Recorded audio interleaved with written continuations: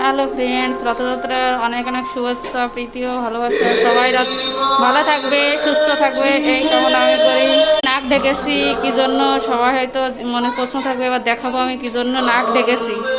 আমাদের বাড়ি হবে জগন্নাথ পুজো, তার জন্য আমি খিচুড়ি করছি, আর অনেক কিছু সুজি করা হয়ে গেছে, লুচি করব, অনেক প্রসাদ করার জন্য আমি নাক ঢেকে রান্না করছি, কারণ জগন্নাথ ঠাকুরের প্রসাদ নাক ঢেকে রান্না করতে হয়।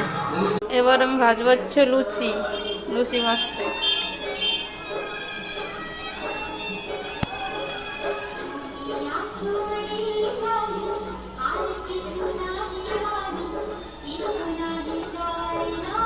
লুচি ভাজা হয়ে যাবে, এবার আমি গুছিয়ে রেডি। লুচি করা কমপ্লিট করেছি, তো দেখাতে পারেনি।